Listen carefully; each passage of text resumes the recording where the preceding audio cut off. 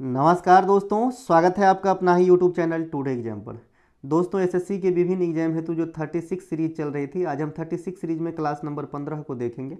इससे पहले 14 क्लास हो चुकी है और इनकी पीडीएफ भी दे दी गई है। जो भी बच्चे पीडीएफ बाय किए हैं, हमारी एसएससी की कोई सा भी कंटेंट हिंदी और इंग्लिश दोनों में अवेलेबल होते हैं कंटेंट, तो आपको जिस भाषा में सहूलियत होती है उस भाषा में लेकर के पढ़ सकते हैं।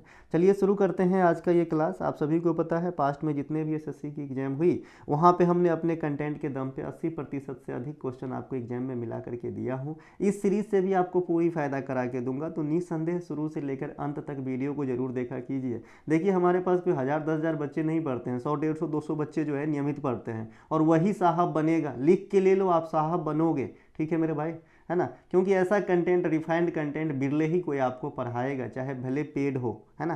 तो थोड़ा सा कद्र कीजिए, वैल्यू समझिए और पढ़िए। मैं सिर्फ आपको पढ़ाने आया हूँ, सिर्फ साहब बनाने आया हूँ, और कोई मनसा नहीं। ठीक है, चलिए शुरू करते हैं आज का ये क्लास। हमारी कोई सा भी कंटेंट चाहिए जो एक छोटी सी फी अदा करके आपको दिया जाता है, ये व्हाट्सअप मैसेज करके आप इस नंबर पे कंटेंट को बाय कर सकते हैं, या डिस्क्रिप्शन में लिंक भी दिया गया है, चाहे तो बिहार एसएससी, रेलवे एसएससी इत्यादि। पहला जो प्रश्न है, PM Ayushman Bharat health infrastructure mission की शुरुआत किस मंत्रालय के द्वारा किया गया था। देखिए, एक पीएम आयुष्मान भारत योजना है जो 2018 में आया था, है ना। ये उसी का पार्ट है, लेकिन ये थोड़ा अलग है। ठीक है, तो 2018 में जो आया था, ये झारखंड के रांची से स्टार्ट करी गई थी, है ना।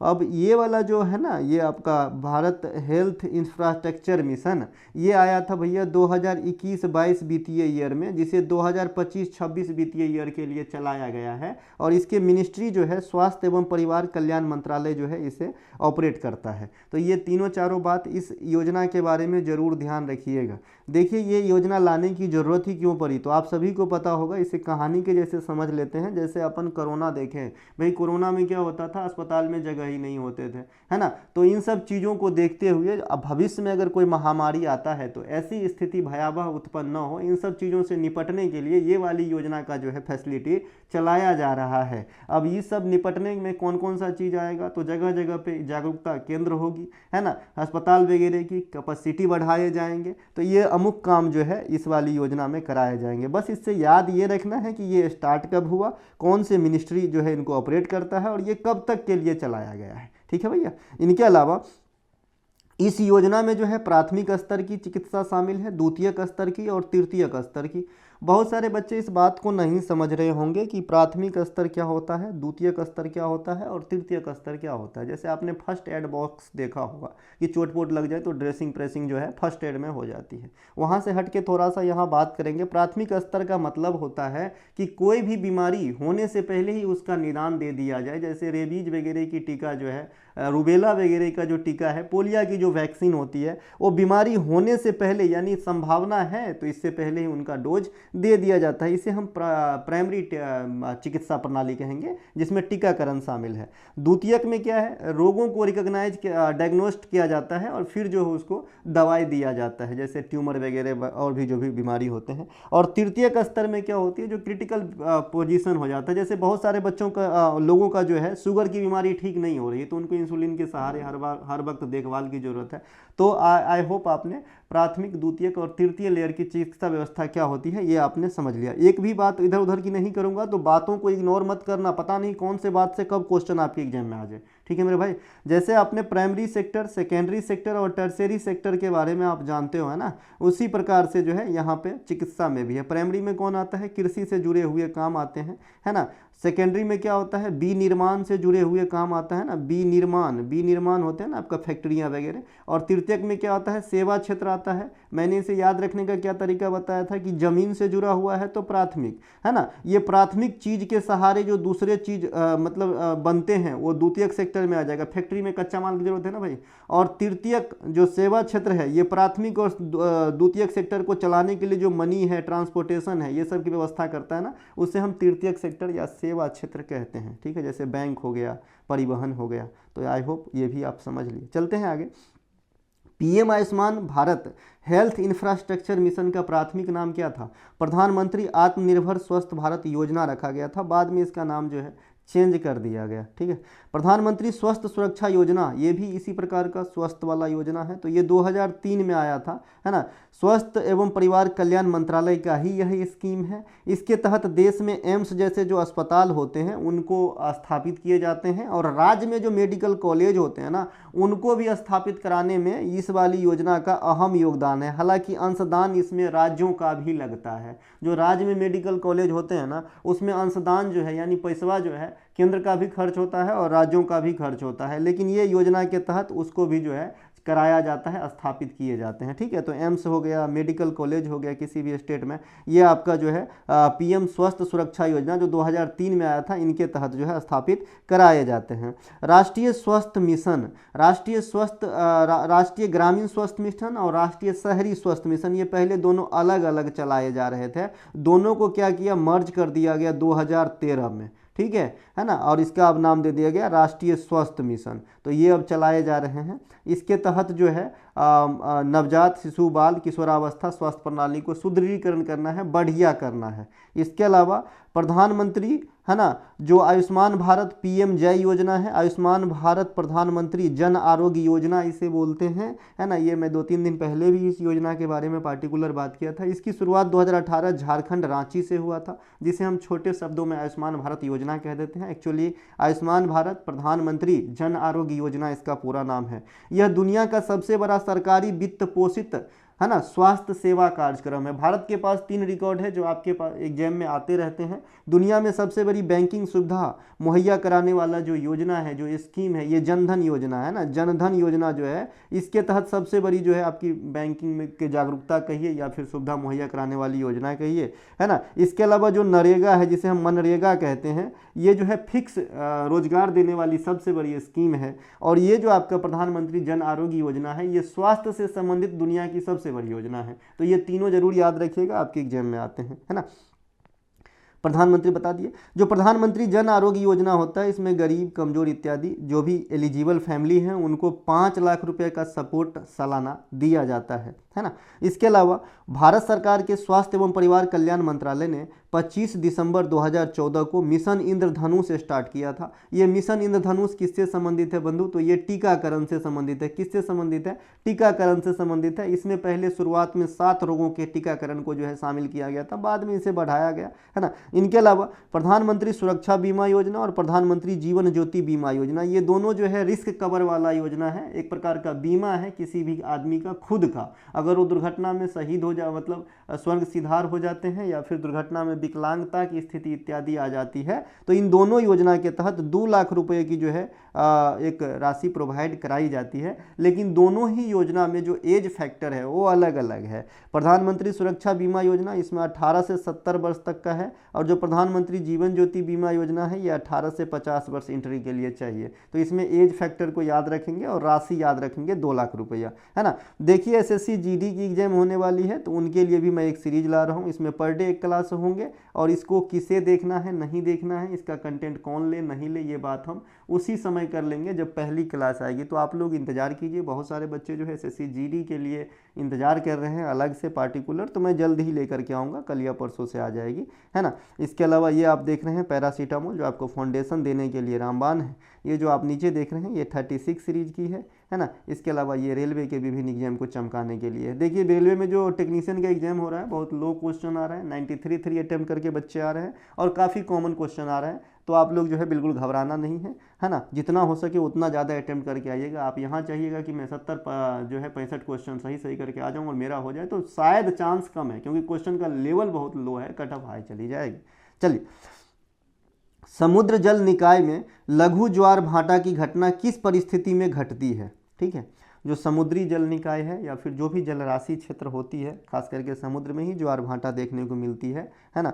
तो ये जो है आपका जब लघु होता है, मतलब कम पावर वाला ज्वार भाटा होता है, तो कुछ किस कारण होता है? तो जो लघु ज्वार भाटा होते हैं, ये सूर्य, पृथ्वी और चंद्रमा मिलकर जब समकोणीय आकार ग्रहण कर लेते हैं, तब आपका लघु ज्वार भाटा हो जाते हैं। क्योंकि इसमें जो है एक दूसरे के विपरीत बल कार्य करने लगते हैं, और दोनों मिलने से जो है जहाँ पे जितना आना चाहिए उतना भी ना आके छोटका ज्वार आता है, है ना, जिसे लघु ज्वार कहते हैं, है ना। तो यहाँ पे आपका आंसर क्या हो जाएगा, जब सूर्य, पृथ्वी और चंद्रमा मिलकर समकोण बनाते हैं तो लघु ज्वार की घटना होती है, और जब तीनों एक सीध में हो जाते हैं तो दीर्घ ज्वार की घटना होते हैं। तो एकदम याद रहेगा, समकोण कैसे, टेढ़ा वाला है ना भाई, राइट एंगल ट्रायंगल इस प्रकार के होते हैं। तो इससे याद रखेंगे कि एक सीध में तो है नहीं, तो पूरा बल समेटा हुआ बल तो लगेगा नहीं, तो इससे क्या होगा, छोटका ज्वार आता है। अब बड़का ज्वार आता है जब एक ही लाइन में हो जाए सब के सब, ठीक है।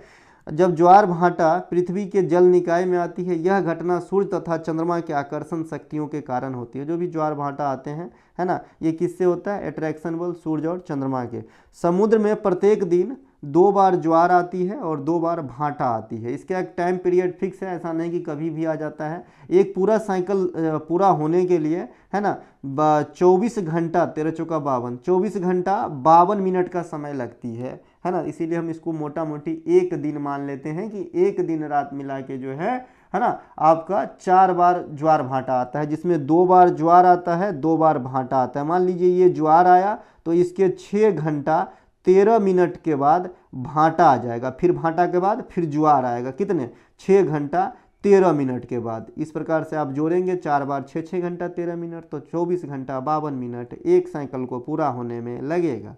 चंद्रमा का जो ज्वार उत्पादक बल है वो सूर्य के बल से लगभग दुगुनी होती है, और जब समकोणीय हो जाएगा तो जितना चंद्रमा को होना चाहिए ना, विपरीत बल कार्य करने लगता है ना, इसीलिए छोटका निम्न ज्वार आता है। और जब एक सीध में हो जाता है तो जितना आना चाहिए उससे लगभग तिगुना आ जाता है ना। यहाँ पे देखिए सूर्य से लगभग दुगुनी हो जाती है चंद्रमा का ज्वार उत्पादक बल, ठीक है। ज्वार चंद्रमा के गुरुत्वाकर्षण, पृथ्वी तथा चंद्रमा के अपकेंद्रीय बल कार्य करता है ज्वार में। अब यहाँ पे आपसे ये क्वेश्चन अलग से इस बार के टेक्नीशियन में भी आया है कि भाई जो आपका ज्वार है, इस बार के टेक्नीशियन में, कल एक बच्ची कोई जीडी के नाम से हमने सेव किया है, वो बता रही थी कि आपने ज्वार वाला पढ़ाया था, वहाँ से भी क्वेश्चन आया है। तो मुझे लग रहा है यहाँ पर भी आया था, क्योंकि ये ऑप्शन में अपकेंद्रीय बल भी लिखा था उन्होंने, ठीक है। तो ये आपका गुरुत्वाकर्षण, ज्वार चंद्रमा गुरुत्वाकर्षण और चंद्रमा के अपकेंद्रीय बल के द्वारा ज्वार उत्पन्न होती है। तो अभी केंद्रीय बल ना मार के अपकेंद्रीय बल मारिएगा जब भी आपके ज्वार वाली बात करेगी। निम्न ज्वार बता दिया क्यों आता है, अभी मैंने बताया था कि जब समकोणीय आकार ग्रहण कर लेते हैं तीनों, है ना। उच्च ज्वार कब आता है, जब तीनों एक ही सीधी में रेखा में हो जाती है, सूर्य और चंद्रमा खास करके, तो जो है आपका हाई वाला ज्वार आता है, उच्च ज्वार आता है ना। अपसौर उपसौर की घटना पहले भी पढ़ा चुका हूँ, यहाँ बता देता हूँ। अपसौर जो है ये क्या है, पृथ्वी के तुलना में सूर्य की वास्तविक स्थिति थोड़ा ऊपर भाग जाता है, इसे अपसौर कहते हैं। ये 4 जुलाई को हर साल घटित होती है। और जो उपसौर होते हैं ये क्या होता है, 3 जनवरी को होता है, और ये सूर्य जो है पृथ्वी के थोड़ा नज़दीक आ जाती है ना, अपने वास्तविक स्थिति थोड़ा सा नज़दीक आ जाती है। ये प्रत्येक वर्ष 3 जनवरी को घटित होती है। तो उपसौर, अपसौर, उच्च ज्वार, निम्न ज्वार, ज्वार क्यों आता है, ये सब आपने इस प्रश्न के माध्यम से समझे हैं। नेक्स्ट क्वेश्चन है, हांगकांग में एशियाई मैराथन चैंपियनशिप 2024 में किस भारतीय ने स्वर्ण पदक प्राप्त किया है। कोई भी बच्चा कोई भी एग्जाम दे के आए, मुझे क्वेश्चन सेंड ना करे, क्योंकि आपको पता है मैंने एनालिसिस कराना 100% बंद कर दिया है, ठीक है। जिस भी एग्जाम में नोटिस निकली है ना, और जो बच्चे सिर्फ एनालिसिस के लिए मुझे पसंद करते हैं वही शायद वीडियो नहीं देख रहे हैं, बाद बाकी जो पढ़ने के लिहाज से आए थे वो तो आज भी पढ़ रहे हैं, ठीक है भैया। हांगकांग में एशियाई मैराथन चैंपियनशिप 2024 में किस भारतीय ने स्वर्ण पदक प्राप्त किया है। अभी मैराथन जो चैंपियनशिप, सबसे पहले मैराथन से आपका दूरी पूछा जाता है कि मैराथन की दूरी कितनी होती है, फिर आपसे पूछा जाता है कि हाफ मैराथन की दूरी कितनी होती है, फिर आपसे पूछा जाता है कि एशिया में सबसे बढ़िया मैराथन किसे कहा जाता है ना। ये सब क्वेश्चन आप इसमें देखेंगे। तो जो हांगकांग में एशियाई मैराथन चैंपियनशिप 2024 में हुआ था, तो मान सिंह ने यहाँ पे गोल्ड मेडल प्राप्त करके भारत का नाम ऊंचा कर दिए हैं। 2017 में एशियाई मैराथन चैंपियनशिप का खिताब जीतने वाले पहले भारतीय पुरुष गोपी थोनाकल थे, इन्हें भी ध्यान रखेंगे, ठीक है। इनके अलावा मैराथन दौड़ के, अच्छा इनको भी जरूर याद रखिएगा, मुरलीकांत पेटकर को, जिनके नाम पे चंदू चैंपियन पिक्चर बन रहे हैं, है ना। पैरा ओलंपिक में गोल्ड जीतने वाले प्रथम जो है भारतीय, है ना, मुरलीकांत पेटकर नाम है इनका, है ना। तो इन्हें भी ध्यान रखिएगा। कार्तिक आर्यन जो है इसका रोल निभा रहे हैं, है ना। इनके अलावा मैराथन दौड़ की लंबाई अगर आपसे पूछता है तो 42.195, ये तीनों आंकड़ा जरूर याद रखिएगा। पिछले साल के एसएससी ने पूछा था, सभी ऑप्शन ऐसे ही दे रखा था, 42, 195, 42 185 इस प्रकार से दे रखा था बंधु। तो इधर का आंकड़ा याद रहे, क्योंकि 42 तो सब याद कर लिए हैं। तो 42 195 याद रखें मैराथन की जो है लंबाई, है ना। 26 मील 385 गज होते हैं, लेकिन इसमें नहीं पूछता है एग्जामिनर, क्योंकि उनको पता है ये बच्चे रट लिए हैं, है ना। हाफ मैराथन की दूरी इसको आधा कर देंगे तो 21.095 के समथिंग हो जाएंगे। तो ये आपका जो है हाफ मैराथन की दूरी हो जाएंगे। ओलंपिक खेल में मैराथन स्वर्ण पदक जीतने वाले पहले अमेरिकी पुरुष थे, इनका नाम था थॉमस हिक्स। क्या नाम है भैया? थॉमस हिक्स है, जो अमेरिका के थे। अमेरिकी पुरुष लिखा है, ध्यान से देखिए। भारतीय पुरुष अभी मैंने बता दिया हूँ, है ना, कि 2017 में जो है भारत के एशियाई मैराथन चैंपियनशिप में, ओलंपिक में तो नहीं जीता है ये, एशियाई मैराथन चैंपियनशिप में जीता है। इनका नाम है गोपी थोनाकल। ठीक है, आइए लौट आते हैं यहाँ पे। प्रथम ओलंपिक मैराथन के विजेता, है ना, एस्पिरिडोन लुइस था, जो 1896 में प्रथम ओलंपिक के अंदर जीते थे। और इससे पहले जो आप हिक्स साहब को देख रहे थे, वो अमेरिकी जो है ओलंपिक में मैराथन जीतने वाला है। तो मैराथन के लिहाज से जो भी क्वेश्चन आपके एग्जाम में आ सकते हैं, मैंने सभी यहाँ पे रखा है। मुंबई मैराथन को एशिया में सबसे बड़ा मैराथन माना जाता है। वीवीआई करेंगे, इसे जो है 2023 में पूछा भी गया था।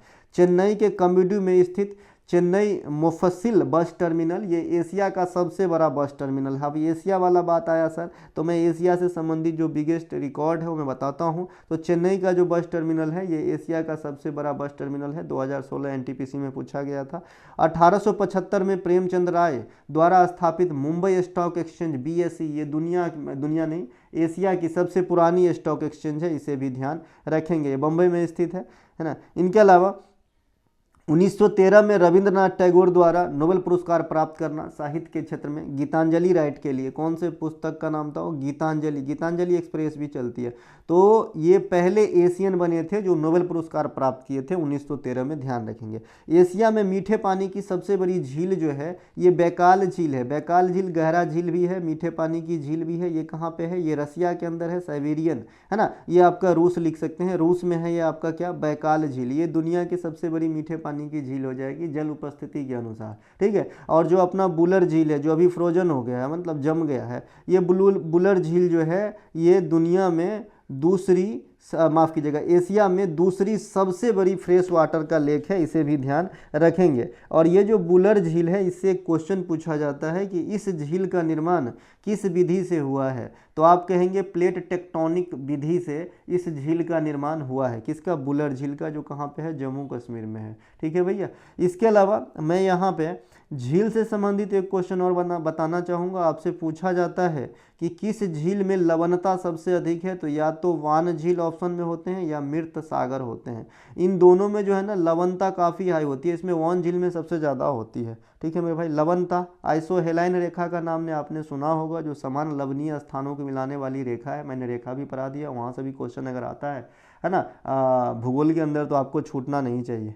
भारत में उत्पादित फसलों तथा उनसे संबंधित उपयुक्त मिट्टी से मिलान कीजिए। जिन भी बच्चे को लगता है कि यार अमुक क्वेश्चन इस सीरीज में नहीं देखने को मिल रहा है, तो टॉपिक वाइज देख लीजिएगा, है ना। मैंने आपको एकदम क्रम से चलाने को सोचा था कि भाई पैरासीटामोल 500 पढ़ो, S30 पढ़ लो और ये सीरीज अटेंड करो। आपका कोई भी एग्जाम SSC में नहीं रुकेगा, एकदम 100% नहीं रुकेगा, है ना। चलिए, ये सीरीज भी खाली देख लिए, तो आप जितना कर सकते हैं उससे दोगुना जरूर आराम से कर लेंगे किसी भी SSC के एग्जाम में।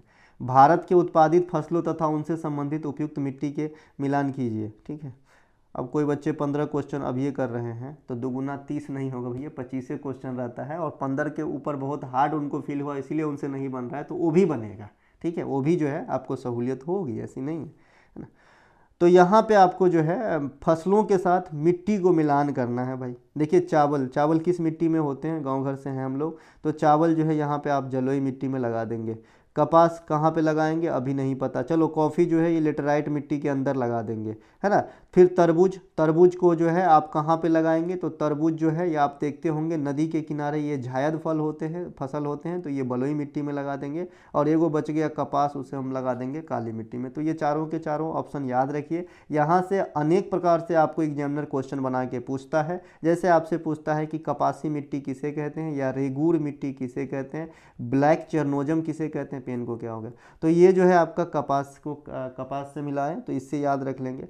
चावल से जो जलोढ़ मिट्टी है इनसे पूछा जाता है पुराने जलोढ़ को क्या कहते हैं, न्यू जलोढ़ को क्या कहते हैं। तो पुराने को कहते हैं बांगर, क्या कहते हैं भाई, बांगर सीमेंट भी होता है, बांगर कहते हैं। और नए वाले को क्या कहते हैं, खादर कहते हैं। तो इसे ध्यान रखेंगे। और ये जो है नदी द्वारा जो अपरदित पदार्थ होता है उनसे पाटा जाता है, इससे निर्माण होता है आपका जलोढ़ मिट्टी का। और ये इंडिया में सबसे ज़्यादा है। आइए विशेष बात करते हैं एक्सप्लेनेशन में, ठीक है। तो यहाँ पे मिला के आंसर दिया गया है, आप देख लेंगे। जलोढ़ मिट्टी उपलब्धता के आधार पर दो प्रकार के होते हैं, एक तो खादर होते हैं और एक बांगर होते हैं, है ना। ये नदियों के द्वारा लाए गए अपक्षेप से बनती है। मैंने बताया कि ये खादर जो है ये आप कहते हो न्यू वाले को, न्यू वाले जलोढ़ मिट्टी को कहते हो। और ये जो बांगर है ये आपको ओल्ड जलोढ़ मिट्टी को कहते हो। ये कैसे डिसाइड होता है कि ओल्ड कौन सा है और न्यू कौन सा है। तो जो गाँव घर में नदी के किनारे जिनका घर है आराम से देखे होंगे कि भाई मान लीजिए कि ये 2022 में जो ये नदी है ना ये इस प्रकार से फॉलो हो रहा था इस लेंथ के दौरान, ठीक है। 2023 में क्या हुआ, बाढ़ वगैरह आया, अब ये नदी जो है थोड़ा इस प्रकार से फॉलो होने लगी, है ना। तो ये वाला जो पार्ट छूट गया है इस साल, जहाँ पे नदी के द्वारा बहा करके लाया गया मटेरियल को नहीं डाला गया है, तो इसे हम ओल्ड जलोढ़ मिट्टी मान लेते हैं, है ना। तो इसे हम कह देते हैं भैया बांगर। और जहाँ पे इस बार नवीन अभी जो है नदियों के द्वारा जो मिनरल्स लाए गए हैं वो डाला गया है, जिसे पाँक बोलते हैं गाँव घर में, तो इसे हम कह देंगे खादर। समझने के लिए इतना ही काफ़ी है ना। चलिए, नवीन पुरानी बता दिए थे। मिट्टी के वैज्ञानिक अध्ययन को अपन पेडोलॉजी कहते हैं। पेडोलॉजी के अंदर जो है मिट्टी का अध्ययन करी जाती है। भारत में सबसे अधिक मिट्टी का जो परसेंटेज है ये 44% भूभाग पे आपको कौन सा देखने को मिलेगा, तो जलोढ़ मिट्टी देखने को मिलेगा। सबसे ज़्यादा 44% भाग पे जो है ये जलोढ़ मिट्टी है ना। 17 से 18% भाग पे आपका मिलेगा काली मिट्टी, जो माफ़ कीजिएगा 17 से 18 नहीं होगा, हो लाल मिट्टी मिलेगा आपको 17 से 18% जगह पे, जो आपका सेकेंड स्थान रखता है इंडिया में उपस्थिति के अनुसार। और तीसरे स्थान पे काली मिट्टी का क्षेत्र आता है जो 15 से 17% जो है मिलेगा। यानी लाल और काली लगभग समान परसेंटेज में है इंडिया के अंदर, है ना। काली मिट्टी कहाँ पे मिलते हैं, है ना, डेक्कन ट्रैप में मिलते हैं, जो भी साउथ इंडियन स्टेट है, महाराष्ट्र इत्यादि में भी मिलते हैं काली मिट्टी, ठीक है। एक और भी ध्यान रखें यहाँ पे, मैनग्रोव जंगल कहाँ पे मिल जाता है, ये भी आपके एग्जाम में क्वेश्चन आते हैं। सबसे पहले मैनग्रोव जंगल किसे कहते हैं, दलदली वाली जंगल होती है। सुंदरबन डेल्टा को देख लीजिएगा गूगल मार के, वो क्या है, मैनग्रोव जंगल है, जिसके पेड़ पौधा झाड़ी के रूप में होता है और अधिकांश पेड़ पौधे के जो पार्ट है वो जल में डूबा हुआ होता है ना। इसे मैनग्रोव जंगल कहते हैं। जितने भी तटीय राज्य हैं वहाँ पे आपको मैनग्रोव देखने को मिलेगा, है ना। ये प्रकृति के लिए काफ़ी है, बैलेंस करने के लिए अच्छा होता है ना। इससे संबंधित एक मिष्टी योजना भी केंद्र सरकार चलाए थे, ये बात भी ध्यान रखेंगे। इनके अलावा आ जाते हैं मिट्टी पे। तो ये भैया पहला दूसरा तीसरा समझ गए। काली मिट्टी का जो निर्माण होता है ना ये ज्वालामुखी क्रिया से होता है। ज्वालामुखी क्रिया से कैसे होता है, तो आइए समझते हैं। देखिए ज्वालामुखी क्रिया जो होता है वो पृथ्वी के अंदर जो चीज़ होता है, जो भी आपका मटेरियल होता है, जिसे हम मैग्मा कहते हैं, जो मैग्मा चेंबर के अंदर उपस्थित मतलब जमा रहता है, जब ज्वालामुखी क्रिया होता है तो इसके मुख के द्वारा ये बाहर आता है और ये लावा के रूप में जमता है। ये जो जमा है ना, ये जम कर जब रूप धारण करता है, चट्टानी रूप फॉर्म होता है, तो इसे हम आग्नेय चट्टान कहते हैं। और जब ये आग्नेय चट्टान टूटेगा समय के साथ, इसका क्षरण होगा, है ना, तो काली मिट्टी का निर्माण होता है। समझ गए काली मिट्टी कैसे बनते हैं। देखिए जो ज्वालामुखी निकलता है ना, खाली मैग्मा और लावा पे ही डिपेंड नहीं, यहाँ से जो है धुआं, राख, ये सब भी निकलता है ना ज्वालामुखी में। इसके अलावा तो यही चीज़ लिखा है, काली मिट्टी जो है आग्नेय चट्टान के विखंडन से, और ये चट्टान कहाँ से, तो ज्वालामुखी से। इसके अलावा चट्टान का पूरा जो साइकिल है मैंने आपको बता दिया है, कैसे अवसादी बनता है, कैसे आग्नेय बनता है, कैसे जो है कायांतरित बनता है। पढ़िएगा तो समझ में आएगा। आग्नेय चट्टान का निर्माण ज्वालामुखी लावा के जमने से होती है, यहाँ पर ये बात लिखा है। बिना मिट्टी के जो पौधों का संवर्धन होता है ना, कि पेड़ पौधे उगाया जाता है, मिट्टी का कोई रोल नहीं है उसे, तो उसे हाइड्रोपोनिक्स कहा जाता है। हाइड्रोपोनिक्स क्या होती है मैंने कई बार आपको जो है बता दिया था। हाइड्रोपोनिक्स में मिट्टी का इस्तेमाल नहीं होता है। मिट्टी का काम जल में घुले हुए मिनरल्स ही कर देता है, जिसमें जड़ उसका डूबा हुआ रहता है और एक साइकिल के जैसा पानी आता जाता रहता है। और उसी से इसमें चाहेंगे आप आम का पौधा लगा दो तो नहीं होगा, इसमें खाने पीने वाला साग सब्जी लगाए जाते हैं ना। लेटेराइट मिट्टी उच्च तापमान वाले भारी वर्षा वाले क्षेत्र में विकसित होते हैं, लेटेराइट मिट्टी, है ना। और लेटेराइट मिट्टी अगर आपसे पूछेगा कि किस प्रोसेस से बनता है, तब आप कहेंगे लीचिंग प्रोसेस से बनता है। किससे बनेगा, लीचिंग प्रोसेस से बनेगा। और लीचिंग प्रोसेस वर्षा से होती है, तो इसका एक कारण क्या हो गया, वर्षा से होती है लीचिंग प्रोसेस के द्वारा, है ना। देखिए लेटेराइट मिट्टी से एक क्वेश्चन पूछता है इनके प्रोडक्ट के बारे में, कि इसमें कौन सा जो है आपका प्रोडक्ट उगाया जाएगा। तो लेटेराइट मिट्टी का जो फसल है उसमें आज तक एग्जाम में जो है आपका काजू सबसे ज़्यादा पूछे जाने वाला जो है फसल है कि ये लेटेराइट मिट्टी की फसल है। तो आप और भी याद रखेंगे, यहाँ पे चाय, कॉफ़ी, काजू, रबर, सिनकोना, नारियल, सुपारी, मसाला इत्यादि जो है आप याद रख लेंगे। वैदिक जीवन में आश्रम के 4 प्रकार का वर्णन किस ग्रंथ में किया गया है? जवालो उपनिषद में किया गया है। जो आश्रम होते हैं उसमें 4 प्रकार की पद्धति बनाए गए हैं, जैसा कि बढ़ते हुए उम्र के साथ है ये। सबसे पहले आपका ब्रह्मचर्य होता है, उसके बाद गृहस्थ होता है, फिर वानप्रस्थ और फिर संन्यास जीवन जो है बताया गया है। यहाँ से भी क्वेश्चन आते हैं आपके एग्जाम्स के अंदर। 16 महाजनपद की जो वर्णन है ये आपके अंगुत्तर निकाय नामक ग्रंथ में देखने को मिलेगी। अशोक के शिलालेख में संगम काल के कितने वंश का वर्णन है? देखिए क्वेश्चन ऐसे क्रिएट किया जाता है। तो 3 वंशों का, यह आपका है चोल वंश, चेर वंश और पांड्य वंश। इन तीनों राजवंश के राजकीय चिन्ह क्या था? आप लोग मुझे कमेंट अगर कर दें तो मैं आपको बहादुर मानूंगा, क्योंकि 1000 बार पढ़ा चुका हूं। और जो आपका टॉपिक वाइज अलग से दिया जाता है उसमें अलग से भी इन चीज़ों को पढ़ाया गया है संगमकालीन इतिहास के रूप में। ठीक है भैया। इनके अलावा यहीं पर लगे हाथ बात कर लेना सही है। विजयनगर साम्राज्य में 4 वंशों ने शासन किया था, तो वहाँ पे एक वंश का नाम था संगम वंश। तो इसमें कंफ्यूज नहीं होना है, ये संगम काल है ना, जो तमिल साहित्य का काल है जिसमें तिरुवल्लर वगैरह संत हुए, है ना। तो इनके भी 3 बैठक हुए थे जैसा कि मैंने बताया था। पहला और तीसरा हुआ था मदुरई के अंदर का, और दूसरा हुआ था कपाटपुरम के अंदर। ठीक है, तो ये जो है मैंने बता रखा था पहले। तो ये एक अलग चीज़ है, संगम काल एक अलग चीज़ है, संगम वंश एक अलग चीज़ है। संगम वंश जो है ये विजयनगर साम्राज्य में पहला वंश है जिसके फाउंडर हरिहर एवं बुक्का हैं 1336 ईस्वी में। ठीक है मेरे भाई। और संगम वंश के अंदर जो विजयनगर साम्राज्य है उसमें संगम वंश के अलावा तुलुवा, सुलुवा, है ना, तुलुवा, सुलुवा और अरबिदु, है ना। तो ये 4 वंशों ने शासन किया था। तो ये विजयनगर साम्राज्य की बात हो रही है। और संगम काल अलग चीज़ है ना, जिसमें 3 राजवंश का जिक्र देखने को मिलता है। आदि शंकराचार्य के द्वारा जो 4 गो आपका मठ स्थापित किया गया वो कहाँ कहाँ पे हैं? तो उत्तर में ज्योतिर्मठ है, दक्षिण में श्रृंगेरी कांची में है, पूर्वी में पुरी में है और पश्चिम में द्वारका में है। ये 4 गो मठ भी आपसे इससे भी क्वेश्चन है ना रिलेट करके पूछ लेते हैं। वर्ण व्यवस्था का वर्णन ऋग्वेद में वर्णित है। जो आपका वर्ण होते हैं क्षत्रिय वैश्य, है ना। ऋग्वेद सबसे प्राचीन वेद है जिसमें 10 मंडल 1028 सूक्त हैं। इसके अध्ययन करने वालों को होत्र या होता कहा जाता है। इसमें गंगा नदी का वर्णन या जिक्र 1 बार है। यमुना नदी का वर्णन इसमें 3 बार देखने को मिलेगा। यहाँ पे नहीं लिखा है लेकिन आप ऐड कर लीजिए। ऋग्वेद में यमुना नदी का वर्णन 3 बार किया गया है, लिखा है भाई, है ना। ऐसे कैसे कर सकता हूँ मैं, 3 बार लिखा है। सबसे अधिक बार सिंधु नदी का वर्णन है और सबसे पवित्र नदी के रूप में सरस्वती नदी को बताया गया है। ये ऋग्वेद का जो है चीज़ है। ऋग्वेद जो है ऋग्वैदिक सभ्यता जो है ये सिंधु नदी के माफ़ कीजिएगा सरस्वती नदी के किनारे फली फूली थी, या फिर इसे आप वैदिक सभ्यता भी सीधे सीधे कह सकते हैं जो सरस्वती नदी के किनारे थी। और हड़प्पा सभ्यता का जो है फले फूले वो आप सिंधु नदी कहेंगे वहाँ पे। ठीक है, हड़प्पा में। इनके अलावा पायरूवेट में कितने कार्बन परमाणु मौजूद होते हैं? पायरूवेट में, अच्छा क्वेश्चन है, आपके एग्जाम में आ सकते हैं, आते हैं, है ना। तो ये जो पायरूवेट है इसमें आपके 3 कार्बन परमाणु मौजूद होते हैं। देखिए वो ग्लूकोज होता है तो ग्लूकोज में कितना, तो 6 गो। और मैंने आपको पढ़ा रखा है एटीपी का निर्माण वाले क्वेश्चन में क्रेब्स चक्र वगैरह, माइटोकॉन्ड्रिया को कोशिका का पावर हाउस यूं ही नहीं कहा जाता। इन सब बातों से जो है मैंने आपको इन चीज़ों को रिलेट करके सिर्फ याद दिलाना चाहता हूँ। जब आप ग्लूकोज, आपको पता था कि भाई ग्लूकोज जब टूटता है तो आपको जो है 2 पायरूवेट में टूटता है। तो इसमें जब 6 कार्बन है तो 2 समान भागों में टूटेगा, तो 3 कार्बन में टूटेगा। तो इसीलिए पायरूवेट में 3 गो कार्बन होता है। याद रखिए, जिनको समझ में नहीं आता सीधा याद रखिए, पायरूवेट में 3 गो कार्बन।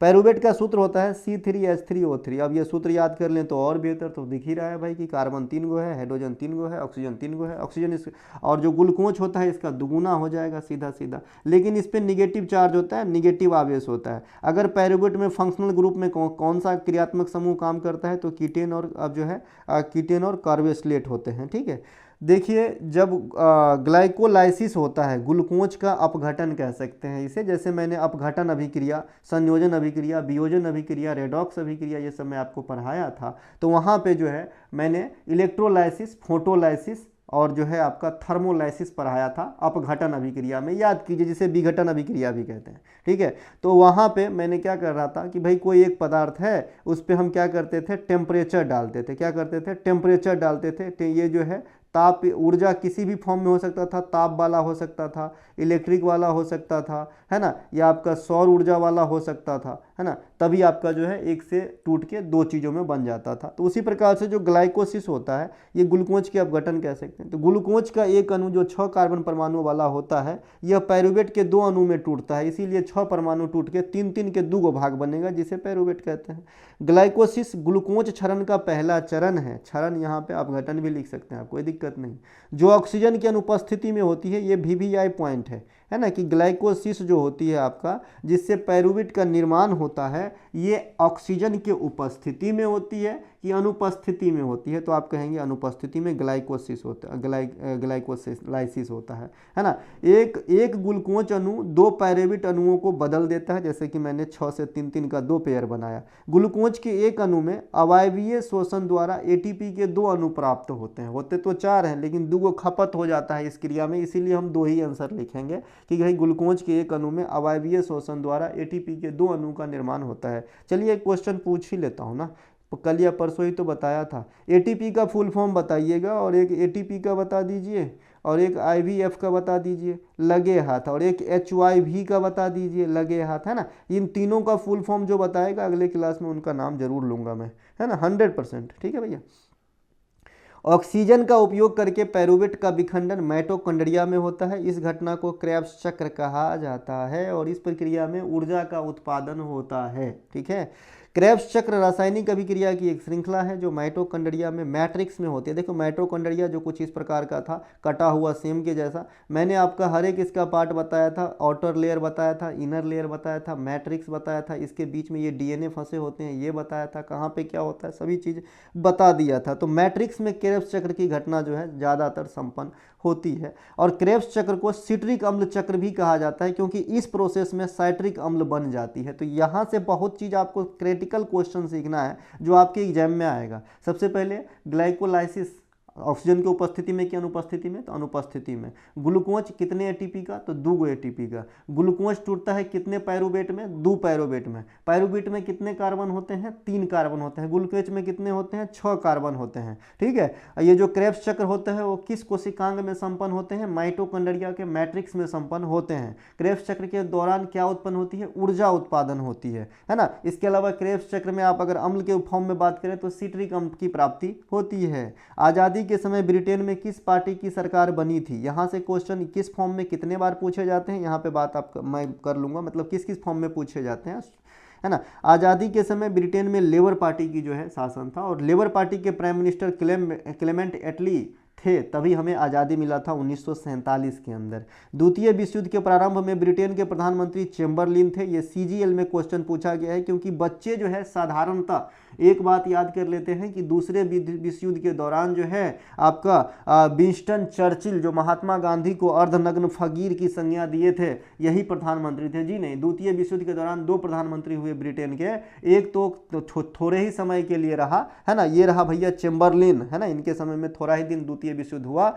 उसके बाद पूरा रूप से जो बढ़िया से द्वितीय विश्व युद्ध देखा ये विंस्टन चर्चिल ने देखा था, ये ध्यान रखेंगे। ठीक है, इनके अलावा एक क्वेश्चन इंग्लैंड से और आपके एग्जाम में आता है ना। मैं बता दूं कि भाई जब 1600 ईस्वी में ईस्ट इंडिया कंपनी को व्यापारिक अधिकार पत्र प्राप्त किया जा रहा था, तो उस समय ब्रिटेन के महारानी कौन थे, तो महारानी एलिजाबेथ प्रथम थे। वो दिन था भैया 31 दिसंबर, आने वाली है 1600 ईस्वी। इंडिया पर मुगल बादशाह अकबर का सत्ता चल रहा था। सही बात है भाई, अकबर था, 1605 तक अकबर ही था, अकबर था। और ये महारानी थी एलिजाबेथ प्रथम, जिन्होंने जो है बोलो जाओ लूटो इंडिया को, ठीक है, अधिकार पत्र।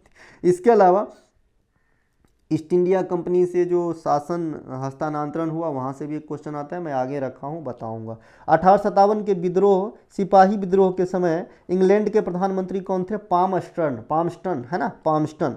इसके अलावा 1857 को विद्रोह को भारत का प्रथम स्वतंत्रता संग्राम की संज्ञा वीर सावरकर के द्वारा दिया गया था। देखिए वीर सावरकर से 2 संस्था जरूर याद रखिएगा, आपके SSC को बहुत पसंद है, हमें भी पसंद है। अभिनव भारत योजना, मतलब अभिनव भारत जो संस्था है ये पूछा जाता है, और एक आपका मित्र मेला, पहले मित्र मेला आया, फिर अभिनव भारत 1904 में आया था, दोनों महाराष्ट्र में ही आए थे। तो ये दोनों के फाउंडर जो हैं अभी वीर सावरकर साहब को माना जाता है। इसके अलावा 2024 जो अमेरिका में अभी प्रेसिडेंट का चुनाव हुआ है, आपको पता होगा कि अमेरिका में कोई भी इंसान मात्र 2 बार प्रेसिडेंट के तौर पे सेलेक्ट हो सकते हैं। अब अभी जो आपका डोनाल्ड ट्रंप साहब आए हैं, अब अगली बार ये नहीं बन सकते, क्योंकि एक बार पहले बन चुके हैं और एक बार फिर बन चुके हैं, है ना। तो बने हैं मतलब अभी तो पदासीन नहीं हुए हैं, शपथ नहीं लिए हैं, लेकिन ये सेलेक्ट हो चुके हैं। तो ये किस पार्टी से हैं? रिपब्लिकन पार्टी से हैं। उनके द्वारा लिखे गए प्रमुख पुस्तकों में आवर जर्नी, जैसे बराक ओबामा जब राष्ट्रपति बने थे तो उनका किताब जो है भर भर के एसएससी पूछ रहे थे, तो अब जो है ये बनेंगे तो इनका भी किताब एग्जाम में आना है, तो पहले से ही कमर कस लो। आवर जर्नी टुगेदर, ये आपका जो है डोनाल्ड ट्रंप का किताब है। सेव अमेरिका डोनाल्ड ट्रंप की किताब है। इनॉग्रल प्रेसिडेंशियल एड्रेस, ये सब जो है डोनाल्ड ट्रंप के द्वारा लिखे गए हैं, एक अच्छे राइटर भी हैं। इनके अलावा भूतपूर्व अमेरिकी राष्ट्रपति बराक ओबामा की किताब काफ़ी पूछे जाते हैं। A promised land, dreams from my father, the audacity of hope, ये तीनों के तीनों किताब आपके एग्जाम में न जाने कई बार रिपीट हुए हैं, आप समझ के याद रखिएगा। बराक ओबामा की पत्नी मिशेल ओबामा भी किताब लिखती है, बी कमिंग, ओवर कमिंग, ये सब जो है इनके किताब है, तो कमिंग वाला लिख लीजिएगा, है ना, याद रख लीजिएगा, वैसे भी याद हो जाएगा। इनके अलावा ज़्यादा किताब चाहिए तो फिर टॉपिक वाइज में जाइएगा, वहाँ पे नेता, अभिनेता, है ना, अंतर्राष्ट्रीय लीडर, देसी लीडर या फिर चर्चित पुरुष, सब की किताब अलग अलग मिलेगा, खिलाड़ी, है ना। पृथ्वी पर ताप बनाए रखने के लिए सर्वाधिक जिम्मेवार गैस कौन सा है, जो पृथ्वी पे ताप को मेंटेन रखता है या फिर बढ़ाते हैं, मेंटेन क्या बढ़ाते हैं आजकल, तो ये सबसे ज़्यादा जिम्मेवार कार्बन डाइऑक्साइड और जलवाष्प है ना। कार्बन डाइऑक्साइड और जलवाष्प सभी ग्रीन हाउस गैसों में सबसे अधिक परिवर्तनशील होते हैं, VVI करके रखेंगे, है ना, इसे VVI करके रखेंगे। ये भी पूछा जाता है कि सबसे ज़्यादा परिवर्तनशील कौन सा है। देखिए जो आपका ग्रीन हाउस गैस होता है उसमें क्लोरोफ्लोरोकार्बन भी आता है, जो मैं शायद यहाँ पे ना लिख पाया, है ना। पृथ्वी पर कार्बन डाइऑक्साइड के कुछ सकारात्मक उपयोग, जैसे ठंडा पेय पदार्थ, है ना, डर के आगे जीत है, 7 अप, है ना। इसके अलावा आग बुझाने में, शुष्क बर्फ बनाने में, है ना। इसके अलावा पेड़ पौधों के द्वारा प्रकाश संश्लेषण में, ये सब जो है सकारात्मक इस्तेमाल है कार्बन डाइऑक्साइड का। अगर कार्बन डाइऑक्साइड ना हो तो आग बुझाना मुश्किल हो जाएगा, ये सबसे बड़ा सकारात्मक उपयोग है ना, है ना। नहीं तो भैया ऑक्सीजन की उपस्थिति में तो आग तो जलती रहे, बुझेगी ही नहीं।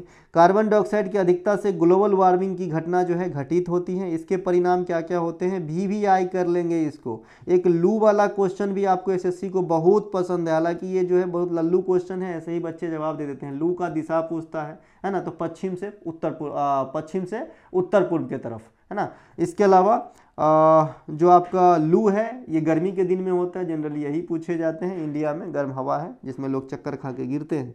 इनके अलावा जो है आपका ये कार्बन डाइऑक्साइड का ग्लोबल वार्मिंग होता है। ग्लोबल वार्मिंग मतलब क्या हो जाएगा, ग्लेशियर तेजी से पिघलने लगेंगे, जिससे समुद्र में जो है जल का लेयर बढ़ जाएगा, और जल के लेयर बढ़ने से तटबंध बदल जाएंगे, तटबंध का कटाव तेज हो जाएगा। बहुत सारे प्रजातियों का जो प्राकृतिक आवास होते हैं उस पर खतरा मंडराने लगेगी। अचानक जो है मौसम बदलने लगेगा, पे जो फसल वगैरह हैं वो अनसीजनल होने लगेंगे। तो ये सब जो है प्रभाव पड़ता है आपका ग्लोबल वार्मिंग का, ठीक है। इसके अलावा ग्लोबल वार्मिंग में योगदान देने वाली गैस कौन कौन से हैं, तो जितने भी दुखदायी गैस हैं, सुख से ज़्यादा दुख प्रदान करते हैं, वो सभी ग्लोबल वार्मिंग वाला गैस हो जाएगा। जैसे कार्बन डाइऑक्साइड सुख तो देता है आग बुझाने में और प्रकाश संश्लेषण, लेकिन दुख भी बहुत देता है। मीथेन वगैरह घरेलू सिलेंडर में भी यूज करते हैं, प्राकृतिक गैस का अहम रोल है इसका। इसके अलावा नाइट्रस ऑक्साइड हंसाने वाला गैस है, चिकित्सा प्रणाली में इसकी यूज होती है। नाइट्रस ऑक्साइड का सूत्र गलत लिखा है, N2O होता है ना, N2O होता है। और जलवाष्प नाइट्रस ऑक्साइड को, अच्छा मैं अलग से लिखा हूँ,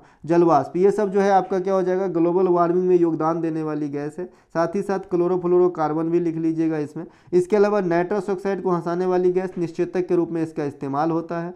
ईंधन के अपूर्ण दहन से या फिर बंद कमरे में कोई आदमी सोता सोता ही जो है भगवान को प्यारे हो जाते हैं, वो कार्बन मोनोऑक्साइड के चलते होते हैं, CO के चलते होते हैं, ध्यान रखेंगे।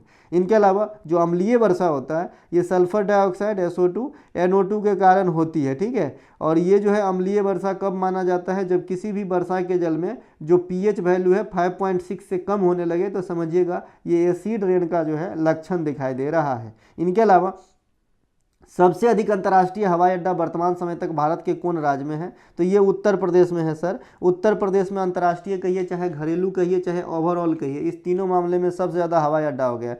सबसे ज़्यादा जनसंख्या उत्तर प्रदेश में है। सबसे ज़्यादा दूध उत्पादन जो है उत्तर प्रदेश में होती है। सबसे ज़्यादा चीनी शुगर उत्पादन जो है ये उत्तर प्रदेश में होती है ना, ध्यान रखेंगे। भारत में सबसे अधिक रेलवे लाइन उत्तर प्रदेश में है, ये बात भी ध्यान रखेंगे। सबसे अधिक जनधन खाता होल्डर उत्तर प्रदेश में है, ये बात भी आपको ध्यान रखना है। इसके अलावा सबसे अधिक ग्रामीण जनसंख्या भी कहेगा तो भी उत्तर प्रदेश ही होगा। क्षेत्रफल के हिसाब से देश में सबसे विस्तृत हवाई अड्डा, सबसे अधिक ग्रामीण जनसंख्या उत्तर प्रदेश का है क्या? सबसे अधिक जनसंख्या उत्तर प्रदेश, सबसे अधिक ग्रामीण जनसंख्या उत्तर प्रदेश, सबसे, हाँ सही बात है जी, अच्छा हुआ क्लिक हो गया, नहीं तो आप कंफ्यूज हो जाते। सबसे ज़्यादा जो ग्रामीण जनसंख्या है ना ये उत्तर प्रदेश में है तादाद के अनुसार, लेकिन परसेंटेज के अनुसार सबसे अधिक ग्रामीण जनसंख्या हिमाचल प्रदेश में है। ये बात आई होप आप समझ रहे हैं। तादाद के अनुसार लोगों की संख्या ज़्यादा है सभी भारतीय राज्यों में, उत्तर प्रदेश में ग्रामीण इलाके में, लेकिन जो परसेंटेज है टोटल उस राज्य की पॉपुलेशन के अनुसार जो परसेंटेज होती है उसके अनुसार सबसे ज़्यादा ग्रामीण लोग हिमाचल प्रदेश में निवास करते हैं, है ना। रेलवे लाइन हो ही गया। क्षेत्रफल के हिसाब से देश में सबसे विस्तृत हवाई अड्डा राजीव गांधी इंटरनेशनल हवाई अड्डा है ना, ये आपका तेलंगाना में है। व्यस्तता के आधार पे सबसे बड़ी हवाई अड्डा इंदिरा गांधी नेशनल हवाई अड्डा ये दिल्ली में है। भारत में दो सबसे छोटे हवाई अड्डा, एक तूरा एयरपोर्ट जिसे ब्लाजेक ये मेघालय के अंदर है, और त्रिची एयरपोर्ट तमिलनाडु, ये दो छोटे छोटे एयरपोर्ट हैं इंडिया में, है ना। इसके जो है काफ़ी छोटा एरिया है। भारत का सबसे ऊंचा हवाई अड्डा ये आपका बकुला रिनपोचे हवाई अड्डा, ये आपके लद्दाख के अंदर है, जहाँ पे आपको हेमिस नेशनल पार्क देखने को मिलता है, जहाँ पे आपके स्नो लियोपर्ड्स देखने को मिलेंगे, है ना, जो हेमिस नेशनल पार्क का प्रमुख आकर्षण भी है। डोनो पोलो एयरपोर्ट ये आपका अरुणाचल प्रदेश में देखने को मिलेगा, है ना। पकयोंग एयरपोर्ट ये सिक्किम में 2018-19 में बनाया गया था, पकयोंग एयरपोर्ट। इसके अलावा पेपरलेस हवाई यात्रा कराने वाला पहला हवाई अड्डा इंडिया में केम्पागौड़ा हवाई अड्डा है, जो बंगलुरु के अंदर स्थित है। ये आपका बायोमेट्रिक पद्धति से यात्रियों को जो है फैसिलिटी उपलब्ध कराता है बिना पेपर के। कोचीन अंतर्राष्ट्रीय हवाई अड्डा भारत का पहला हवाई अड्डा है जो सौर ऊर्जा से संचालित है, और सौर ऊर्जा से संचालित गांव याद रखिएगा मोढेरा, और सिटी याद रखिएगा सांची, ठीक है भैया। ये दोनों भी आपके एग्जाम में पूछे जाते हैं। मोढेरा गुजरात में है। भारत में पहली हवाई सेवा कहाँ से कहाँ तक? तो 1911 में इलाहाबाद से नैनी की तरफ चली थी। 1853 में इंडिया में रेलवे की शुरुआत हुई, मुंबई से ठाणे 34 किलोमीटर की दूरी तय करा था। कोंकण रेलवे की शुरुआत तो 1990 में हुआ, लेकिन ट्रेनों का जो ऑपरेशन है, संचालन है, ये 1998 में स्टार्ट हुआ था, और ये 3 राज्य को कवर करता है, महाराष्ट्र, गोवा और कर्नाटक। ये जो है रोहा से स्टार्ट होता है, जो महाराष्ट्र में पनवेल से थोड़ा आगे रोहा है ना, तो वहाँ से स्टार्ट होती है और ये गोवा कर्नाटक तक जाती है। भारतीय विमानन प्राधिकरण की स्थापना 1995 में हुई थी। चूंकि एयरपोर्ट वाली बात है तो इनके जो आपका अथॉरिटी में इनके जो चेयरमैन हैं वो भी अभी बदली हुए हैं। 1995 में इस संस्था की स्थापना हुई थी। अक्टूबर 2024 में विपिन कुमार जो है इनके अध्यक्ष चुने गए हैं, चेयरमैन चुने गए हैं।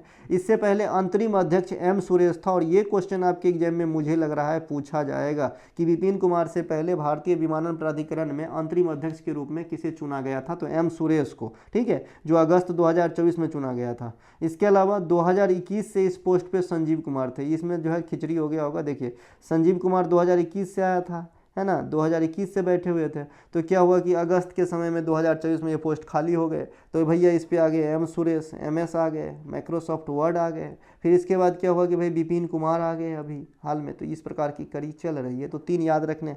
इनके अलावा देश में कुल 200 से अधिक छोटे छोटे बंदरगाह है, और 85 रामसर साइट है, और 43 यूनेस्को स्थल है। ये तीनों आंकड़े ध्यान रखेंगे, है ना। इसके अलावा मैंने बताया था 15 कृषि जलवायु क्षेत्र है, 4 जो है प्राकृतिक हॉट स्पॉट है ना, 18 बायोस्फीयर रिजर्व है। ये सभी के सभी चीज़ों को जो है आपको याद रखना है जी। देश में 200 से अधिक नदियां बह रही हैं। देश में जो है आपका मैं बता दूं 750 से अधिक जिले हो जाएंगे। तो इस प्रकार से देश में जो है 7500 से अधिक स्टेशन हो जाएंगे। ये सब एकदम एग्जैक्ट तो नहीं पूछता, लेकिन पूछता तो है ना, तो याद रखियो, है ना। देश में 13 बड़े बड़े बंदरगाह है। बंदरगाह को हम 2 श्रेणी में बांटते हैं, पूर्व तटीय और पश्चिमी तटीय। पश्चिमी तटीय जो आपका अरब सागर के समीप होगा, आप तटीय राज्यों से अंदाजा लगा लेंगे। तटीय राज्य हमारे पास 9 है ना, इधर 7 है और इधर जो है आपका तमिलनाडु कोने पे हो जाएगा, फिर आंध्र प्रदेश और फिर हमारा जो है उड़ीसा और फिर पश्चिम बंगाल। 3 गो इधर है, 1 गो कोने पर है तो 4 और 5 गो इधर हो जाएगा, तो 9 गो तटीय राज्य है ना। और जो अरब सागर जो पछवाड़ी साइड है वो आपका पश्चिमी तट के हो जाएंगे, और जो पुवारी साइड यानी बंगाल की खाड़ी के समीप है वो पूर्वी तट के बंदरगाह हो जाएंगे, है ना। इसके अलावा जो आपका गोवा में मरमा गाओ बंदरगाह है वो जुआरी नदी को रिलेट करता है। ये क्वेश्चन कई बार आपके एग्जाम में पूछे गए हैं, जरूर ध्यान रखिएगा। जुआरी नदी पे मरमा गुआ बंदरगाह है जो पश्चिमी तट के बंदरगाह कहलाएंगे, और यहाँ से इंडिया में सबसे ज़्यादा जो है आयरन ओर का सप्लाई किया जाता है। वर्ष 2023 का डायमंड लीग प्रतियोगिता में नीरज चोपड़ा को कौन सा पदक प्राप्त हुआ था? एक्चुअली क्वेश्चन थोड़ा गलत है, क्योंकि 2023 में भी डायमंड लीग अलग अलग जगह होते हैं, क्योंकि डायमंड लीग एक जगह कराने वाली प्रतियोगिता नहीं, इसके कई सारे चरण होते हैं, इवेंट होते हैं, ठीक है। तो मैं इसको सीधा करके दूंगा, फिलहाल गोल्ड याद रखिए। 2023 लुसाने डायमंड लीग प्रतियोगिता में, अब ये लुसाने शब्द यहाँ पे इंक्लूड करना है, ठीक है। 2023 लुसाने डायमंड लीग प्रतियोगिता में भारत के star javelin thrower Neeraj Chopra 87.66 metre दूर भाला फेंककर गोल्ड मेडल अपने नाम कर लिया था। लुसाने डायमंड लीग 2024 में नीरज चोपड़ा को सेकेंड पोजीशन प्राप्त हुआ है। फिलहाल 2024 का तो नहीं पूछ रहा भाई, पूछ भी सकता है ना। सेकेंड पोजीशन 23 में गोल्ड जीता था। वर्ष 2023 का डायमंड लीग प्रतियोगिता एक अमेरिका के यूजीन में भी हुआ था, है ना, जहां पे विजेता चेक गणराज्य के याकूब वाल्डेज रहे थे और दूसरे स्थान पे नीरज चोपड़ा रहे थे, है ना। तो पूछेगा तो लुसाने वाला में गोल्ड, अमेरिका के यूजीन वाला में तो भैया रजत यानी सेकेंड स्थान। नीरज चोपड़ा 2022 में ज्यूरिख डायमंड लीग में गोल्ड जीतकर पहले इंडियन बने थे जो किसी भी डायमंड लीग के फाइनल में गोल्ड जीते थे, ठीक है। इनके अलावा 2024 में डायमंड लीग प्रतियोगिता बुसरेल्स में भी आयोजित कराए गए थे, जहां नीरज चोपड़ा को दूसरा स्थान मिला है। मतलब 2024 में अभी तक नीरज चोपड़ा किसी भी डायमंड लीग में गोल्ड नहीं जीते हैं, समझ में आया। पेरिस में भी नहीं जीते हैं, पेरिस में क्या जीते हैं? रजत जीते हैं, और हर जगह दूसरे ही स्थान पे हैं। तो कॉमन कर लीजिए, 2024 वाला अगर पूछे आपको नीरज चोपड़ा में 2024 वाला बड़ा इवेंट में या तो डायमंड लीग में आपसे पूछ रहा है या ओलंपिक में पूछ रहा है 2024 के लिहाज से, तो दोनों मतलब डायमंड लीग में और ओलंपिक में हर जगह सेकेंडवा पोजीशन यानी आपका दूसरे पोजीशन पे आए हैं, ठीक है। इसके अलावा टोक्यो ओलंपिक 20 में नीरज चोपड़ा भाला फेंक में गोल्ड मेडल प्राप्त किए थे, और गोल्ड मेडल व्यक्तिगत रूप से प्राप्त करने वाले सेकेंड भारतीय बने थे आफ्टर अभिनव बिंद्रा, जिन्होंने 2008 में बीजिंग ओलंपिक के अंदर शूटिंग खेल में 10 मीटर राइफल शूट में भारत को गोल्ड दिलाया था।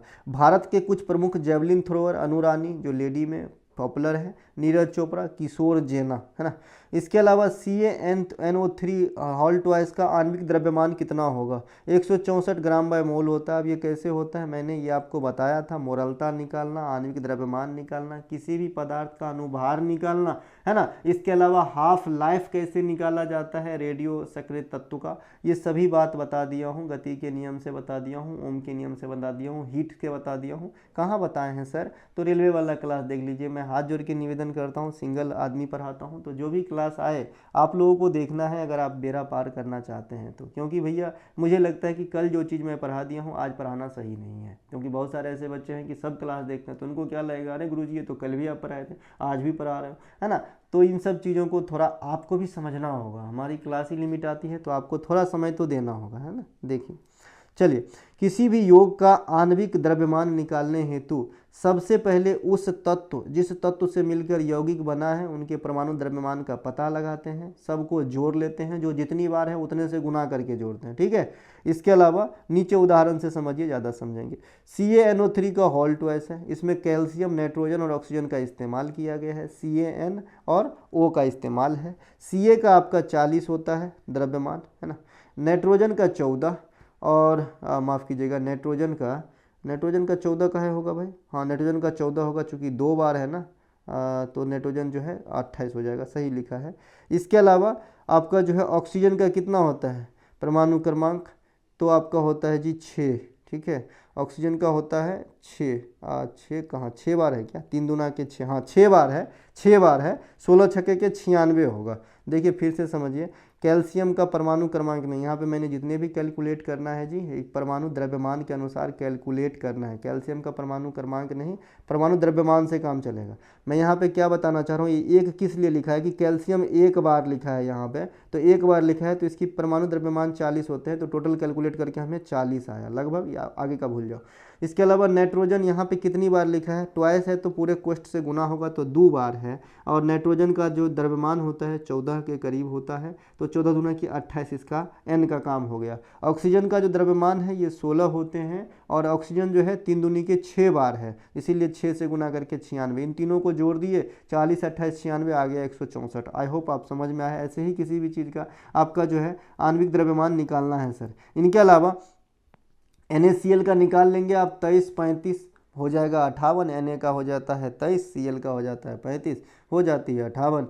Na2SO3, तो Na कितना बार है, 2 बार, तो अभी आपने Na 23 देखा, तो यहाँ पे Na के जगह पे हमें 46 लिखना होगा। देखिए 23 दूना के 46, और SO3 है तो S का कितना होता है 32, तो S कितना एक बार है तो सीधा 32 लिखा है, O कितना है 3 बार, तो 16 तिहाई के 48, तीनों को जोड़ेंगे 126 हो जाएगा। देखिए मानक तापमान और दाब पर STP पर किसी भी गैस के 1 मोल का आयतन कितना होता है, 22.4 लीटर होता है। देश के प्रथम महिला न्यायाधीश जिन्होंने हाई कोर्ट में अपनी सेवा दी थी, अन्ना चांडी, किस राज्य के हाई कोर्ट में न्यायाधीश बनी थी, तो ये केरल हो जाएगा। देखिए अन्ना चांडी जो है अंग्रेज जमाने से ही न्यायाधीश रह चुकी है, तो ये आपके सत्र न्यायालय में भी आपकी न्यायाधीश रही है इंडिया में, और हाई कोर्ट में भी न्यायाधीश रही है इंडिया में, तो ये दोनों बात की आपको जो है ध्यान रखना होगा अन्ना चांडी के बारे में। ऐसा नहीं कि ये सत्र न्यायालय में पहले बनी, तो अगर देश में ओवरऑल पहले महिला न्यायाधीश कौन है तो भी इसी का नाम आएगा, लेडी में, है ना, लेडी में पहली महिला न्यायाधीश भारतीय, तो ये भी अन्ना चांडी ही होगा। ठीक है, इसके अलावा ये पहले सत्र न्यायालय में बनी थी आज़ादी के पहले, फिर बाद में जो है ये केरल हाई कोर्ट में महिला न्यायाधीश के तौर पे सिलेक्ट हुई, लेकिन चीफ जस्टिस नहीं हुई, ध्यान रखिएगा। चीफ जस्टिस महिला हाई कोर्ट के अंदर पहली बार लीला सेठ बनी थी हिमाचल प्रदेश के अंदर, विक्रम सेठ की माता जी। ठीक है भैया, ये बात जो मैं कहानी के रूप में बताया हूँ इसे आई होप आप समझ गए, तो मैं दोनों पॉइंट से आगे निकलता हूँ। सर्वोच्च न्यायालय में न्यायाधीश बनने वाली प्रथम महिला जो है फातिमा बीवी जी बनी थी, और जो आपका इसी साल का जो पद्म अवार्ड आपको बांटा गया है, 132 पद्म अवार्ड बांटे गए हैं, ये आंकड़ा भी आपको याद रखना है ना। ये आंकड़ा 17 था, और ये आपका 7 5 12 122 हो गया, और इधर था 110। ठीक है, तो ये जो है आपके 132 पद्म अवार्ड 2024 में जो दिए गए हैं, तो इनमें एक पद्म भूषण जो है फातिमा बीबी मैडम को भी दिया गया था। ठीक है, इनके अलावा अनुच्छेद 214 जो है ये आपके हाई कोर्ट से संबंधित है, और 124 जो है ये सुप्रीम कोर्ट से है। देखिए 226 का प्रयोग करके हाई कोर्ट रिट जारी करते हैं। रिट कितने प्रकार के होते हैं, 5 प्रकार के, आपको नाम देगा और इसका जो है मीनिंग भी पूछता है कि ये अमुक रिट कब जारी किया जाता है। देखिए बंदी प्रत्यक्षीकरण, रिट फॉर हैवियस कॉर्पस, ये जो है आम आदमी के हित में है ना, कि सशरीर प्रस्तुत करो, है ना। इसके अलावा एगो परमादेश है, नाम से स्पष्ट है, आदेश के जैसा है। प्रतिषेध मतलब कोई चीज़ से रोकने का काम कर रहा है। अधिकार परीक्षा और उत्प्रेषण, ये 5 प्रकार की रीट होती है, इसे ध्यान रख लेंगे। 2 3 गो याद रहेगा, 2 अपने आप हो जाएगा ऑप्शन से। इनके अलावा अनुच्छेद 32 से सुप्रीम कोर्ट रीट जारी करते हैं, जैसे अभी आपने 226 से हाई कोर्ट को देखा, 32 से सुप्रीम कोर्ट को देखेंगे। अनुच्छेद 227 जो है ये उच्च न्यायालय को, अधीनस्थ न्यायालय जो है उनको भी रेगुलेट करने का पावर देता है, ये यहाँ पे लिखा गया है। इसके अलावा जो रिकॉर्ड अभी न्यायालय हो मैं बता ही दिया हूँ, 129 से सर्वोच्च न्यायालय होता है, और 215 से जो है आपका ये होता है कौन भैया, हाई कोर्ट, रिकॉर्ड न्यायालय। किस पल्लव शासक को ममल्ला के नाम से जानता था, ममल्ला, नरसिंह वर्मन प्रथम को जानते थे, ममल्ला कह के भी पुकारते थे। नरसिंह वर्मन प्रथम को बातापी कोंडा भी कहा जाता है, क्या सर, बातापी कोंडा भी कहा जाता है। नरसिंह वर्मन प्रथम के समय ही प्रसिद्ध चीनी यात्री हेनसांग जो आपका कांची का यात्रा किए थे, यानी साउथ इंडिया की जो आपका विजिट किए थे ना हेनसांग, ये नरसिंह वर्मन प्रथम के काल में किए थे। वैसे हेनसांग जो है हर्षवर्धन के काल में भारत आए थे। ये दोनों अलग क्वेश्चन, अलग आंसर है। भारत किसके शासन काल में आए, तो हर्षवर्धन के समय में आए, जो वर्धन वंश में थे, पुष्यवृत्ति वर्ष उनके बाद, है ना। इसके अलावा जो आपका दक्षिण भारत का जो टूर किए थे कौन, ये आपका हेनसांग, वो किसके काल में किए थे, नरसिंह वर्मन प्रथम के काल में। नरसिंह वर्मन प्रथम के द्वारा महाबलीपुरम का जो है मंदिर समूह भी बनाया गया है। महाबलीपुरम में 5 जो है मंदिर समूह में 5 गो है। ये आपका द्रौपदी रथ, अर्जुन रथ, धर्मराज रथ, भीम रथ और नकुल सहदेव रथ कंबाइंड है, इसीलिए 5 गो है। आदमी 6 गो है, क्योंकि 5 गो पांडव, एगो जो है द्रौपदी, तो आदमी हो गया कितना, 6 गो, लेकिन 6 गो होना चाहिए। तो दोनों जो छुटका भाई है भीम और माफ कीजिएगा नकुल और सहदेव, उनके लिए कंबाइंड रथ है। कांची में प्रसिद्ध कैलाश मंदिर का जो है निर्माण नरसिंह वर्मन सेकेंड ने करवाया था, है ना। और एगो कैलासा मंदिर महाराष्ट्र के गुफा में है, वो राष्ट्रकूट शासक कृष्ण प्रथम ने करवाया था। तो ये दोनों का अलग अलग है। पल्लव वंश के संस्थापक सिंह विष्णु, राजधानी कांची थी। एलोरा का कैलाश मंदिर का निर्माण जो है ये आपका यहाँ पे देख रहे हैं, कौन किए हैं, राष्ट्रकूट शासक कृष्ण प्रथम। पुरी स्थित जगन्नाथ मंदिर में कौन कौन से भगवान होते हैं, तो एक तो भगवान जगन्नाथ स्वयं जो है महाप्रभु विराजते हैं, दूसरे स्थान पे बालभद्र और सुभद्रा की मूर्ति रखी गई होती है। तो यहाँ से भी कई बार क्वेश्चन एग्जाम में देखने को मिलेंगे आपको। प्लांक नियतांक और एक डॉट डॉट डॉट का मात्रक समान होता है, यानी प्लांक नियतांक और किसका मात्रक जो है एक जैसा होता है, तो कोणीय संवेग का। कोणीय संवेग का मात्रक होता है किलोमीटर प्रति वर्ग सेकेंड, केजी है ना, बाय m स्क्वायर, किलोमीटर, एक सेकेंड, किलोमीटर वर्ग है ना प्रति सेकेंड। इस प्रकार से थोड़ा सा गलत लिख रहा है यहाँ पे, केजी है ना, मीटर का स्क्वायर बाय सेकेंड, इस प्रकार से लिखा गया है। यहाँ पे आप कंफ्यूज ना होना, ये माइनस नहीं है और हाइफन नहीं है, ठीक है, ये गुना का साइन है, m स्क्वायर पढ़ेंगे इसको। तो यहाँ पे किलोमीटर वर्ग है ना प्रति सेकेंड, इस प्रकार से है। इसे जूल सेकेंड भी कहते हैं। सेम जूल सेकेंड जो है प्लैंक कांस्टेंट का भी मात्रक होता है, तो इसीलिए इन दोनों का मात्रक समान हो जाते हैं, ठीक है। प्लैंक कांस्टेंट का जो वैल्यू होता है 6.6 गुने 10⁻⁻34 जूल सेकेंड होता है। यहाँ पे मात्रक के साथ दर्शाया गया, अच्छी बात है। समान मात्रक और समान बीमीय सूत्र वाला कुछ भौतिक राशि का लिस्ट हमने नीचे इंक्लूड किया है, जैसा कि आपको एग्जाम में काम आती रहेगी। जैसे चाल और बेग दोनों का जो है मात्रक क्या हो जाएगा सर, तो मात्रक इसका क्या हो जाएगा, चाल और बेग को किस में मापते हो, समय बराबर दूरी बट्टा चाल होता है, तो यहाँ से आप निकाल सकते हो। चाल बराबर क्या हो जाएगा, समय बराबर दूरी बट्टा चाल होता है, तो चाल बराबर दूरी बट्टा समय हो जाएगा सर, है ना, दूरी बट्टा समय हो जाएगा, दूरी बट्टा समय हो जाएगा। डिस्टेंस को आप किस में मापते हो, तो लेंथ में, है ना, लंबाई कह देते हो। बीमा अगर निकालना हो, अगर इसका लिखना हो तो मीटर बाय एस लिखेंगे, है ना, क्योंकि मीटर में डिस्टेंस को मापते हैं, तो एम बाय एस लिखेंगे, है ना। और अगर बीमा लिखना हो तो एम किसके लिए आया है, लेंथ के लिए, तो इसीलिए आप यहाँ पे एल दिख रहे हैं, और नीचे एस किसके लिए है, सेकेंड के लिए, सेकेंड मतलब टाइम, तो इसीलिए आपका T−1 देख रहे हैं, क्योंकि ये हर में है, ऊपर जाएगा तो -1 पावर के साथ आएगा, इसीलिए चाल और बेग का बीमा होता है L T−1। और अगर इसका सूत्र लिखेंगे तो metre by S, M by S हो जाएगा, अर्थात दूरी बट्टा समय हो जाएगा। चीज़ों को समझेंगे ज़्यादा समझ में आएगी। कोई भी बीमा निकालने के लिए सूत्र याद होना बहुत ज़रूरी है। जैसे भार और बल का एक ही मात्रक होता है और एक ही सूत्र होता है। बल का मात्रक क्या होता है जनाब, न्यूटन होता है। अगर इसको किलोग्राम के फॉर्म में लिखे तो कैसे लिखेंगे, चलिए मुझे पता नहीं है, लेकिन मुझे बीमा याद है, तो मैं इसे निकाल सकता हूं कि इसका सूत्र इसका मात्रक क्या होगा, न्यूटन तो हो गया भैया एक लफ्ज में कहने वाला। अगर किलोग्राम के फॉर्म में निकाले तो कैसे निकलेगा, देखिए एम को आप किस चीज़ से लिखते हो, ये है मास का मतलब किलोग्राम, तो m के जगह पे हमने लिख लिया किलोग्राम।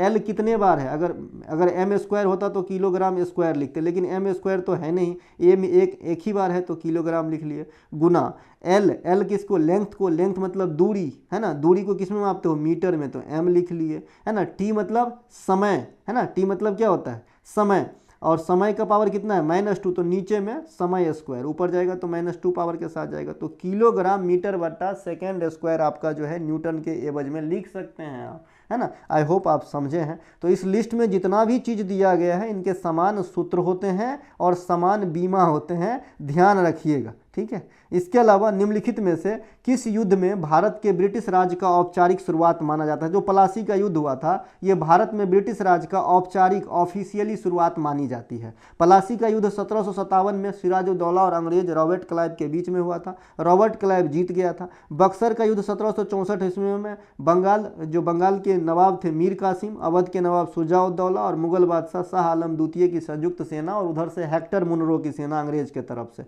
मुनरो जीत गया था। इसके तहत 1765 में एगो संधि होती है जिसका नाम इलाहाबाद की संधि होती है। ठीक है, ईस्ट इंडिया कंपनी में भारतीय सत्ता का हस्तांतरण ब्रिटिश क्राउन को जो है 1858 में हुआ था। 57 में युद्ध में जब हमारी हार हुई उसके बाद जो है ब्रिटिश के जो राजा रानी हैं उन्होंने सोचा कि आज यहाँ तक आया है, कल तो हमारी सत्ता ही छीन लेंगे, इससे अच्छा अब यहाँ से रेगुलेट करेंगे हम इंडिया के लोगों को। ठीक है, पानीपत की 3 लड़ाई 26, 56, 1761 तराइन की 2 प्रमुख लड़ाई महाराणा मोहम्मद गोरी और जो है पृथ्वीराज चौहान के बीच में, है ना। इसके अलावा 1539 कन्न माफ़ कीजिएगा ये गलत लिखा है, चौसा की लड़ाई 1539 ये सही लिखा है, और कन्नेज की लड़ाई जो है ये 1540 या बिलग्राम की लड़ाई भी सही कहते हैं, शेरशाह सूरी और हुमायूं के बीच में। विजय हजारे ट्रॉफी 2023-24 के विजेता कौन है? हरियाणा बने थे। Vijay Hazare trophy final match Haryana Rajasthan के बीच हुआ था। ये 23-24 वाला है जो आपके एग्जाम में अभी आएंगे। इनके अलावा सैयद मुश्ताक अली ट्रॉफी 2023 के विजेता पंजाब, उप विजेता बड़ोदरा है। रणजी ट्रॉफी 23 के विजेता सौराष्ट्र थे, 24 के विजेता महाराष्ट्र हैं, मुंबई है। संतोष ट्रॉफी 2023 के विजेता कर्नाटक, उप विजेता मेघालय थे। 37वें राष्ट्रीय खेल के विजेता आपका महाराष्ट्र। 2024 में खेलो इंडिया यूथ गेम के विजेता आपका महाराष्ट्र, है ना। 38वां तक गेम हुआ। तो ये थे भैया आखिरी क्वेश्चन। अगर आपको अच्छा लगे तो लाइक करेंगे। मिलेंगे हम अगले वीडियो में, तब तक के जय हिंद। हमारी कोई सा भी कंटेंट चाहिए डिस्क्रिप्शन में लिंक है, आप लोग लिंक क्लिक करके व्हाट्सअप मैसेज करके कंटेंट को बाय कर सकते हैं। जीके जीएस का 1 स्टॉप सोल्यूशन ले सकते हैं। ठीक है, 80% आता है, आएगा और आते रहेंगे। तो दिल खोल के पढ़िए, सफल होकर साहब बन के मिठाई खिलाइए। जय हिंद।